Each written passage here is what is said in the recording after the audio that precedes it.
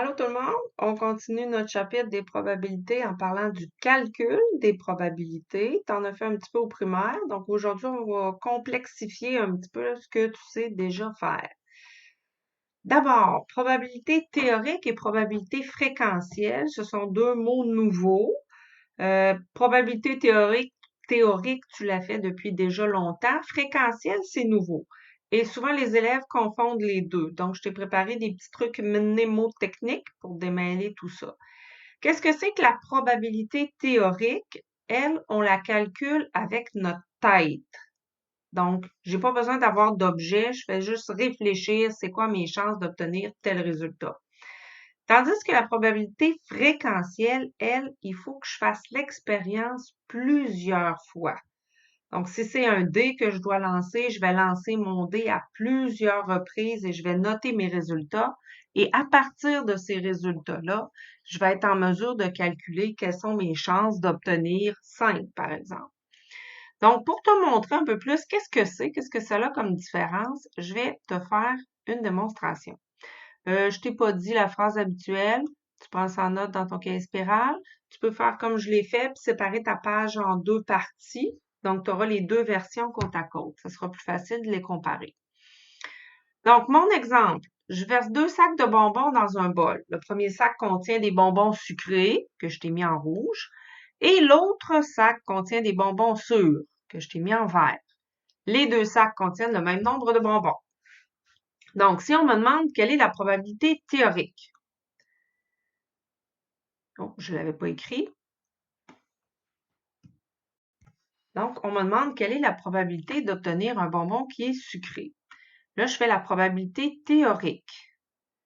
Donc, en théorie, si j'ai au total 1, 2, 3, 4, 5, 6, donc 12 bonbons dans mon sac et qu'il y en a la moitié qui sont sucrés, donc je devrais avoir 6 chances sur 12 d'avoir un bonbon sucré. Donc, il y a 6 bonbons sucrés dans le sac, puis il y a un total de 12 bonbons, pas dans le sac, dans le plat, il y a un total de 12 bonbons dans mon plat. Donc, j'ai 6 chances sur 12.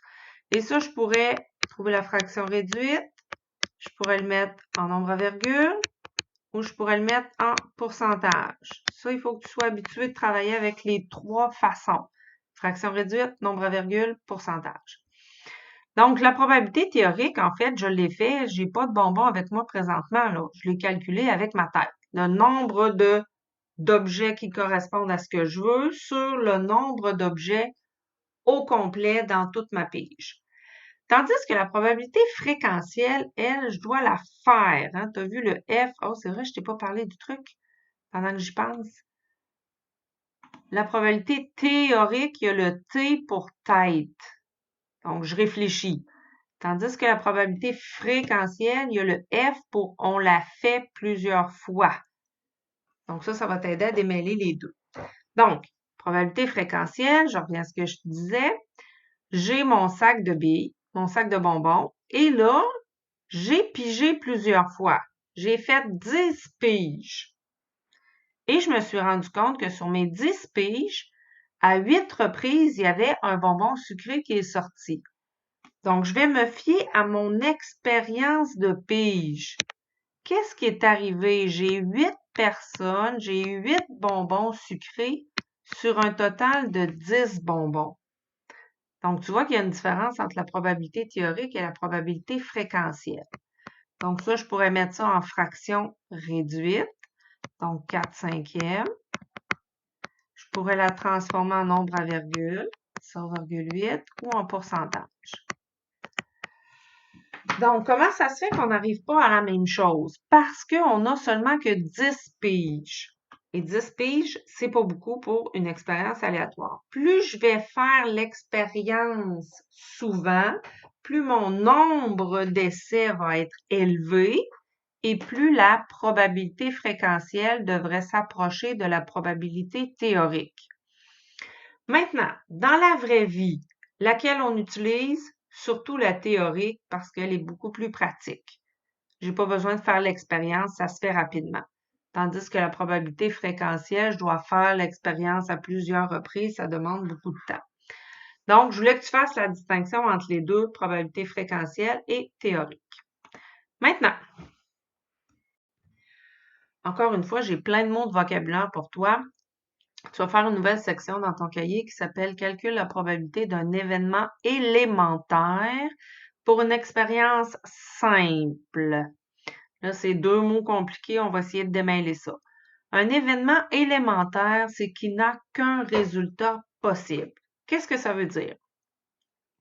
Je vais essayer de te mettre un exemple.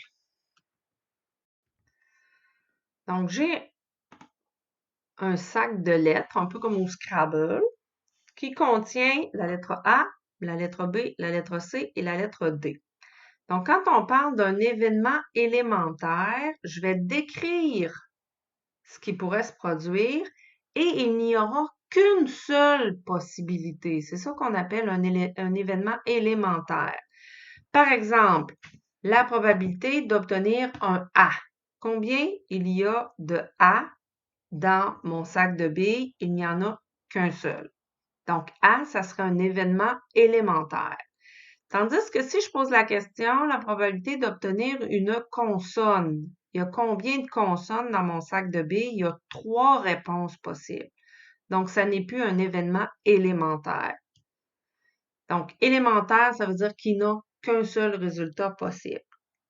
Avec la description qu'on fait, ça ne correspond qu'à une seule possibilité. Et on te demande, c'est vrai l'autre, une expérience simple. Qu'est-ce que ça veut dire? Ça, je ne l'avais pas mis. Donc, une expérience aléatoire simple, c'est quand il y a juste une pige, un choix, un lancer à faire. C'est ce qu'on appelle une expérience aléatoire simple. On va dire aussi qu'il y a juste une étape à faire. Donc, expérience aléatoire simple, une pige, un lancer, un choix à faire. On verra plus tard des expériences où il y a plusieurs lancers, plusieurs choix, plusieurs étapes. Mais pour l'instant, on y va avec les aléatoires simples. Donc, par exemple, on me demande de calculer la probabilité d'obtenir un 5 en lançant un dé à 6 faces, donc le dé standard. Ce qui va t'aider, c'est de commencer par écrire l'univers des possibles. Donc, ça va t'éviter des erreurs. Donc, on se demande, quand je lance mon dé, quels sont les résultats que je peux voir apparaître? Qu'est-ce que je pourrais obtenir? Donc, voici les résultats de l'univers des possibles. 1, 2, 3, 4, 5, 6. Une fois que tu as ça, on me demande la probabilité d'obtenir 5. Donc, je m'en vais voir combien il y a de 5 dans mon univers des possibles. Sur mon dé, là, il y a combien de faces numérotées 5? Bien, sur un dé, il y en a juste une face qui est numérotée 5. Tandis que j'ai combien de faces au total? J'en ai 6. Donc, ça serait un 6e. Donc, ça, c'est pour un dé. Maintenant, je vais te montrer une autre possibilité d'expérience qui ressemble un petit peu à ça. Donc, si on imagine que mon expérience, maintenant, c'est plus un dé que je lance, mais c'est un sac, un peu comme au Scrabble, encore une fois. Au lieu d'être des lettres, ce sont des chiffres que j'ai. Et là, je me demande quelles sont mes chances de piger un 5. Bien, il y a combien de 5 dans mon sac? Il y en a 3. Il y a 3 jetons qui correspondent à ce que je veux avoir. Donc, je vais écrire 3 sur un total de combien de jetons en tout? Sur un total de 14 jetons. Donc, tu vois que dépendamment de ton expérience, dépendamment des objets que tu utilises, des consignes qu'on te donne, tu peux avoir la même probabilité, mais dans un contexte différent, tu vas obtenir un résultat différent. Donc, ce qui va t'aider à faire la distinction, c'est vraiment d'écrire ton univers des possibles. Écris tes objets, fais-toi un dessin, dessine tous tes choix possibles. Et ça va être beaucoup, beaucoup, beaucoup plus facile pour toi après d'écrire tes probabilités. Donc, la stratégie gagnante en probabilité, c'est vraiment fais-toi des dessins. Représente ta situation, ça va être très aidant.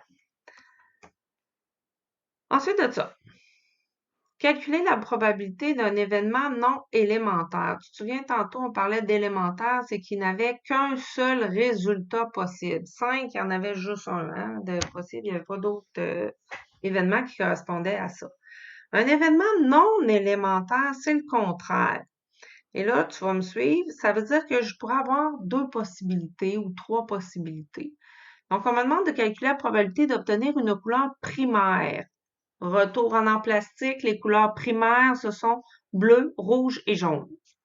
Donc, la probabilité d'obtenir une couleur primaire, ce qui veut donc dire que je pourrais avoir du bleu, du rouge ou du jaune. Je vais avoir un de ces trois-là en pigeant dans le sac de billes. Et j'ai dessiné ton sac de billes. Dans ce cas-là, est-ce qu'il y a juste du rouge qui satisfait mes besoins? Non, bleu aussi, ça marcherait. Donc, tu vas prendre l'habitude d'écrire tes probabilités en les précisant de plus en plus. Donc, ce qu'on me demande, c'est d'obtenir une couleur primaire. Quelles sont les couleurs primaires dans mon sac? Ben, je peux avoir du rouge, ça fait la job, c'est ça que je veux. Ou bien, je pourrais avoir du bleu. Ça aussi, ça fait mon affaire. Donc, j'ai ces deux choix-là qui fonctionnent. C'est un de ces deux-là que je veux avoir. Donc, tu vois, j'ai écrit le ou en couleur. En probabilité, le ou, tu vas le remplacer par un plus. Il a la signification d'une addition. Donc, ça va revenir à calculer la probabilité d'avoir une bille rouge plus la probabilité d'avoir une bille bleue. Pourquoi j'ai pas mis jaune? Ben, parce qu'il n'y a pas de jaune dans mon sac, tout simplement. Donc, la probabilité d'avoir une bille rouge, j'ai 4 billes rouges dans le sac sur un total de, attends que je compte, 6, 9. Et j'ai combien de billes bleues dans le sac? J'ai 2 billes bleues sur un total de 9 billes. Retour en arrière, addition de fractions. Là, je te vois plisser un peu, ratatiner de la face. T'aimes pas ça, mais il faut le faire. On additionne les numérateurs seulement. Ce qui est bien avec les fractions, c'est que souvent, ils sont déjà au même dénominateur. Donc, le travail est beaucoup moins lourd à faire. Donc, ça me donne 6 sur 9. Forcément, tu vas le simplifier. Donc, 2 tiers. C'est la probabilité d'obtenir une couleur primaire. D'autres élèves pourraient dire, ben moi, les couleurs primaires, je le sais que c'est cette gang-là. J'en ai 1, 2, 3, 4, 5, 6. Et ils vont tout de suite aller m'écrire, j'ai 6 couleurs primaires sur 9. Est-ce que ça fonctionne? Oui, tu vas arriver à la bonne réponse quand même. Par contre, j'aimerais ça que tu t'habitues à faire ce raisonnement-là. Parce que quand tu vas arriver en secondaire 2, on va te demander des probabilités plus compliquées un peu. Et ça va être une bonne chose que tu aies appris à les réfléchir avant de les calculer. Maintenant, l'autre chose que je veux te montrer, là, on demandait une couleur primaire, mais on pourrait me demander le contraire. On pourrait utiliser l'événement contraire pour calculer ça. Donc, si je connais la probabilité d'avoir une couleur primaire, je t'écris ça ici.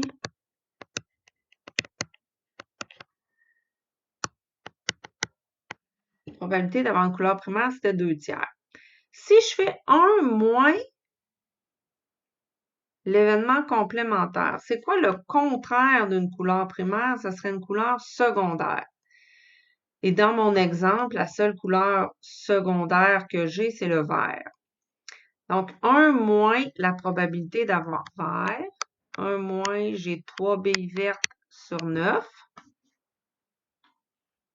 Je vais te remontrer ça. 1 moins 3 neuvièmes. Ça me donne mes 6 neuvièmes. Là, je suis allée vite. 1, c'est la même chose que 9 neuvièmes. Moins 3 neuvièmes, ça fait 6 neuvièmes. Tu vois que j'obtiens exactement la même réponse. C'est la même chose. Donc, des fois, ça peut être avantageux si tu as trop de choses à énumérer, d'aller calculer 1 moins le contraire. OK? Là, je ne sais pas si c'est clair. Je vais te donner un exemple avec un jeu de cartes, là. Donc, par exemple, si on me demande c'est quoi les probabilités, qu'est-ce que je pourrais bien te dire? d'avoir une carte qui est en bas de 11.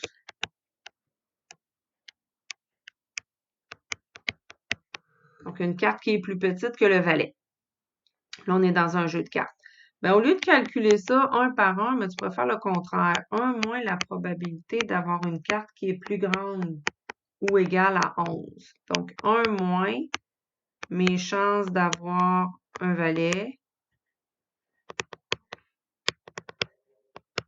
ou une dame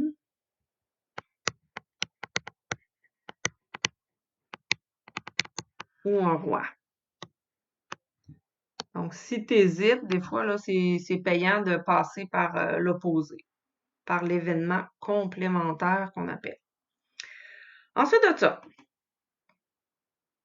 on a terminé. Ça complète ce que tu avais à voir pour cette section-là. Je te souhaite un très beau travail.